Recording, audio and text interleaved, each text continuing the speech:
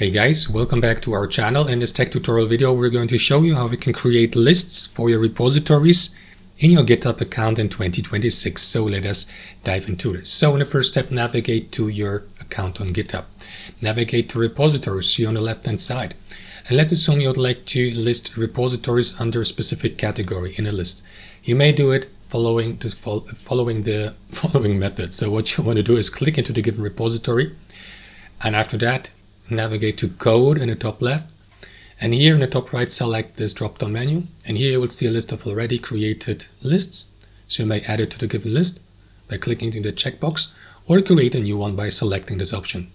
Give the list a name like I don't know, under review or something like that. After that, describe the list, set it to private if needed, click into create. And now your repository has been started as well as added to this list.